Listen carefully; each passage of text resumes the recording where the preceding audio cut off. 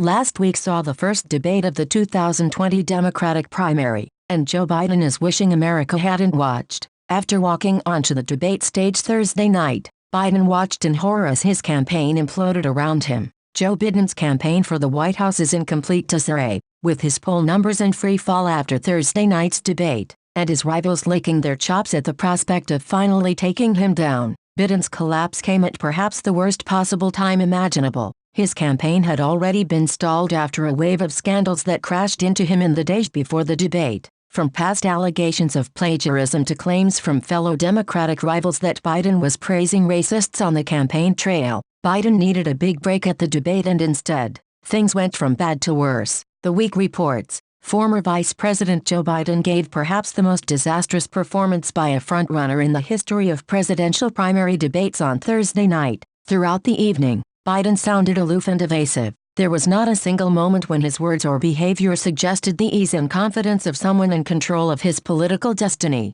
Those are the words describing one of the most historic debate collapses in modern political history, and it only touches the surface of how bad things went for Biden. The Week describes Biden's performance in the following words: Biden looked utterly lost, and it was a weakness that others sprang on the moment they could. California Senator Kamala Harris ran roughshod over Biden with attacks on his voting record in the U.S. Senate, insinuating that he supported racists in the chamber in the 1970s and 1980s, and even obscure candidates like Congressman Eric Swalwell attacked Biden over his age and time in politics, demanding that it was time for Biden to pass the torch. Biden's campaign may be looking for a bailout from former President Barack Obama, but the problem that Biden is facing is that Obama hadn't endorsed Biden before the debate, and he seems unlikely to want to do so now. The last thing Obama probably wants to do is go out of his way to back a loser, which is exactly what Biden is looking like right now, adds the Week. Within Biden's camp, however, the alarm is being rung like never before.